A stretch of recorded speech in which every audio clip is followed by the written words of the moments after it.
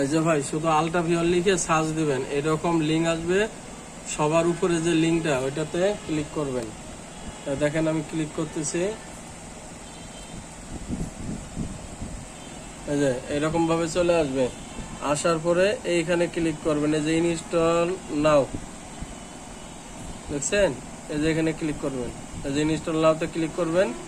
Download, এই যে download করবেন, যেভাবে হোক ডাউনলোড হয়ে যাবে। এই যে এবার ওপেনে ক্লিক করবেন, ইয়েস দিবেন, নেক্সট দিবেন, ইনস্টল। ঠিক আছে,